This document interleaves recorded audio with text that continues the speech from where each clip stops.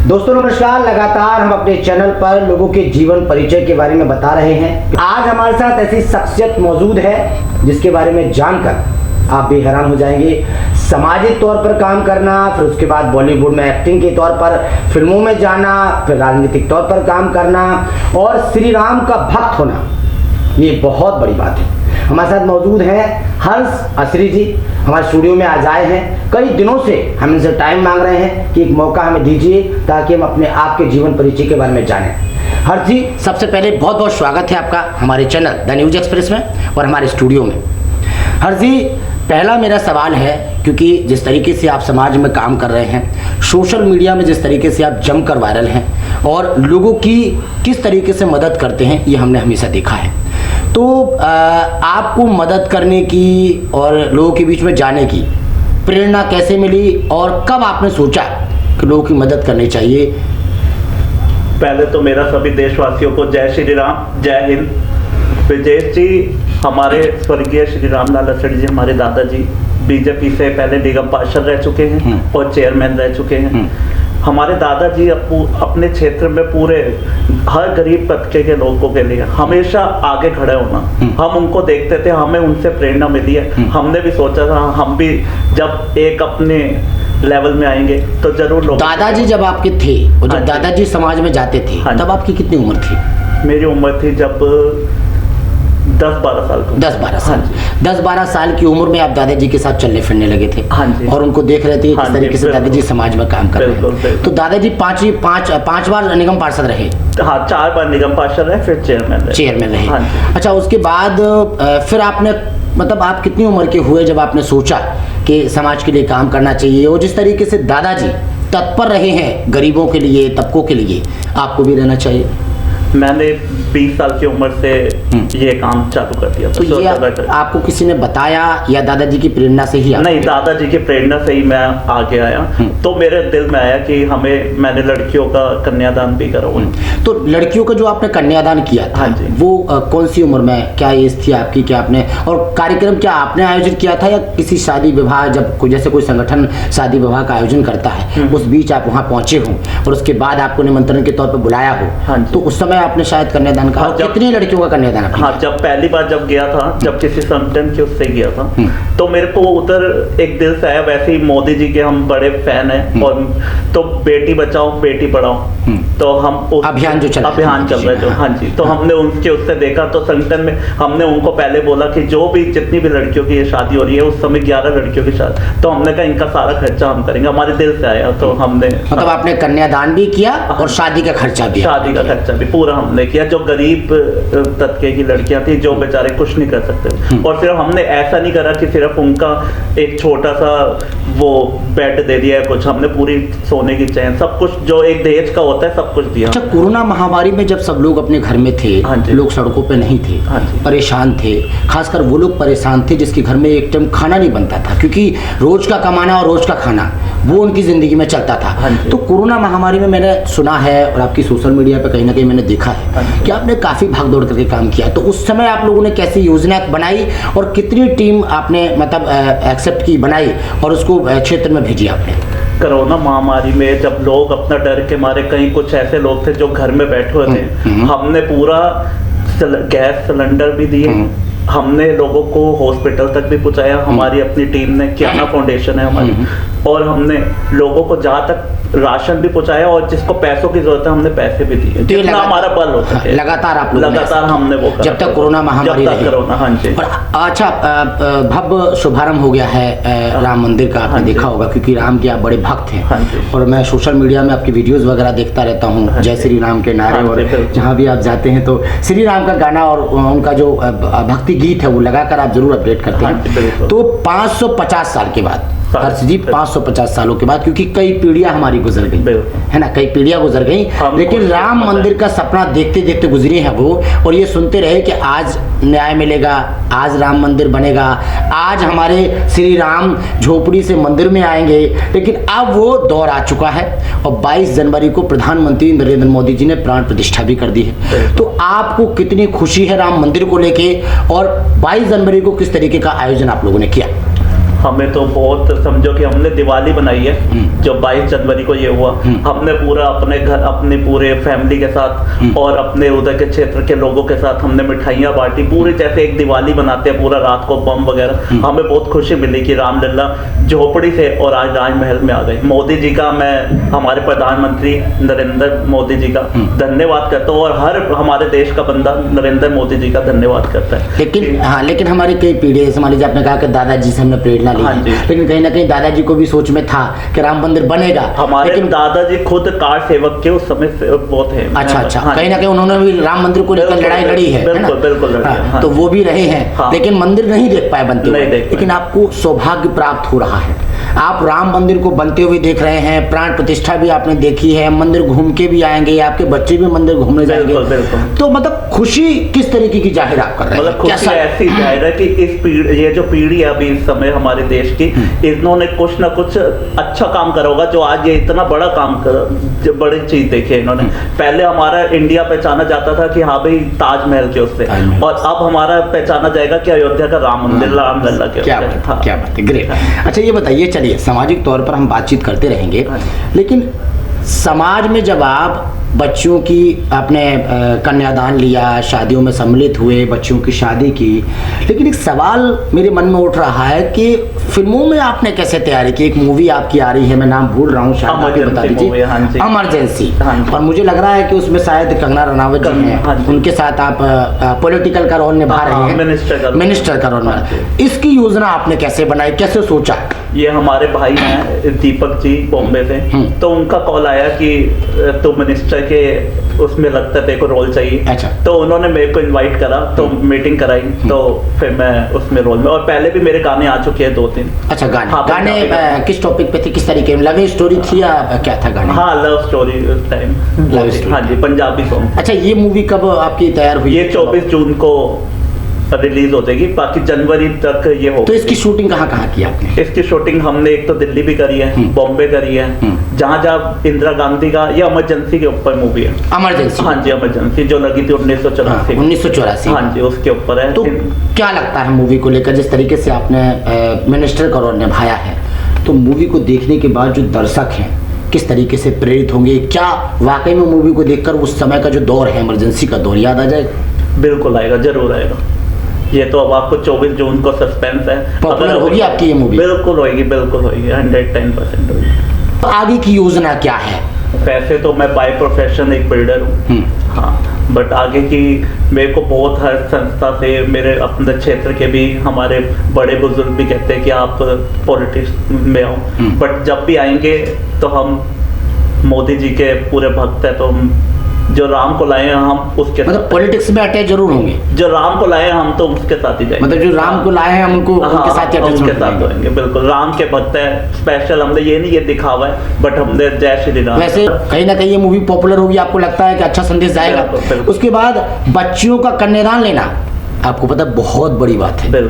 हमारे देश में महिलाओं को एक समय में इज्जत नहीं दी जाती थी, लेकिन अब महिलाएं, पता है आपको, महिलाएं पुरुषों से ज्यादा आगे हैं। जो पुरुष नहीं कर पा रहे हैं हर चीज, वो महिलाएं कर रही हैं। तो आप ये बताइए कि आपको ये जो आपकी जो प्लानिंग है, क्या अब आने वाले वक्त में भी महिला बच्चियों का कन्यादान करने की योजना है, और क्या, मतलब थोड़ा सा ब्रीफ कीजिए ना थोड़ा। मोदी जी की हमारी जो बेटी पढ़ाओ बेटी बचाओ और बेटी खिलाओ की जो मुहिम चल रही है, तो हमने भी यही है कि हमारे भी यही मुहिम है कि हम अपना बेटी बचाओ बेटी पढ़ाओ के उसमें चल रहे हैं, और हमारी आगे हमारी संस्था, हमारी डिस्कशन चल रही है कि आगे हम भी इनके लिए संस्था के माध्यम से, हाँ, संस्था के माध्यम से हम भी इंस्टीट्यूट वगैरह खोले, जो गरीब बच्चे के लोग हैं जो नहीं पढ़ पाते उसके, तो हम भी एक इंस्टीट्यूट खोलेंगे। लेकिन शिक्षा के तौर पर क्या आप समाज में जाकर बच्चों को किताबें ये सब वितरण करने का काम तो करते होंगे? हाँ, वो हम देते हैं, बिल्कुल जी, वो देते हैं, किताबें भी देते हैं, पूरा जो बच्चे को पेन पेंसिल सब कुछ, मतलब जो देते हैं एजुकेशन की उससे जो देते। तो क्या हम माने कि आने वाले वक्त में हर शास्त्री जी चुनाव लड़ेंगे? ये तो देखो हमारे जनता के ऊपर है, हमारे क्षेत्र, हमारे जो बड़े हैं, बड़े बुजुर्ग हैं, वो हमें आशीर्वाद उनका होगा तो जरूर लड़ेंगे। अच्छा, हर शास्त्री जी का उद्देश्य क्या है आने वाले वक्त में? समाज को लेकर क्या उद्देश्य है, क्या संदेश है? हमारा यही संदेश है कि हम बेटी बचाओ बेटी पढ़ाओ का जो हमारे प्रधानमंत्री जी जिन्होंने मुहिम चला रखी है, तो हम भी चाहते हैं कि हम भी जो गरीब तबके की जो लड़कियां हैं, जो बच्चे हैं, जो भी है, हम उनको एक अच्छा एजुकेशन दें, अच्छा जो खेल में आगे हैं, जो कर नहीं सकते पैसों के उससे, तो हम उनका पूरा सहयोग देंगे, पूरा सहायता। राजनीति में आने के बाद भी? राजनीति आने की तो बात की बात अलग हो गई, हम पहले भी देंगे। हाँ, वो तो बात की बात हो गई, राजनीति हम पहले भी देंगे। और राजनीति तो देखो वो तो अलग चीज़ है, हमारे बड़े बुजुर्ग कहेंगे या हमारे बड़े कहेंगे तो जरूर रहेंगे। आशीर्वाद हो। की युवा पीढ़ी जिस तरीके से नशे में लीन हो रही है, और देश में जो हालात आपने देखे होंगे, सोशल मीडिया, इंस्टाग्राम से लेके फेसबुक आप उठा के देख लीजिए, आज के पेपर देख लीजिए, न्यूज़पेपर देख लीजिए, तमाम न्यूज़ देख लीजिए कि भाई किस तरीके से पति ने पत्नी को मार दिया है ना, और लिविंग रिलेशन में अगर रह रहे हैं तो आपने देखा होगा कि अभी 35 टुकड़ों का भी मामला आया था। तो कहीं ना कहीं मुझे ऐसा लगता है, मेरी सोच है कि जो नशा है ना, ये लोगों को ना भुला देता है कि मैं कौन हूँ या सामने वाला कौन है। तो आप क्योंकि एक बड़ी हस्ती हैं, फिल्म बना चुके हैं, कई सॉन्ग बना चुके हैं, सामाजिक तौर पर कई बच्चों का कन्यादान आप कर चुके हैं, तो क्या संदेश देना चाहेंगे आज की युवा पीढ़ी को, परिवार को, है ना? क्योंकि परिवार से भी दूर रहते हैं बच्चे, परिवार को याद नहीं रहता कि बच्चे क्या कर रहे हैं, परिवार पैसा भेजता है, उन्होंने कहा इतने डाल दीजिए, ये लो जी, लेकिन ये नहीं पता है कि बच्चा कर क्या रहा है। तो इस सब चीज़ों पे मैं चाहता हूँ कि आप थोड़ा सा बताएं, अपने बारे में बताएं कि आप किस तरीके से मेंटेन करते हैं, और फिर उसके बाद बताएं कि जो आजकल की युवा पीढ़ी है। ये आपने बहुत अच्छा क्वेश्चन पूछा मेरे से। पहले तो ये जो नई पीढ़ी के बच्चे हैं वो बहुत नशे में लीन हो रहे हैं। तो मैं आपको बताऊं तो मैं आज मेरी उम्र हो गई, आज तक ना मैंने दारू को हाथ लगाया, ना मैंने सिगरेट, ना कोई गुटखा, कोई ऐसे नशे में मैं कभी पड़ा। मतलब तमाम नशों से दूर है। मैं तमाम नशे से दूर हूँ, और मैं आपके माध्यम से आने वाले ये जितने भी लोग देख रहे हैं, मैं भी कहूँगा अपना नाम बनाएं। नशे में कुछ नहीं रखा, नाम बनाएंगे तो अपना काम आगे बढ़ेगा, तो आपका नाम ही होगा।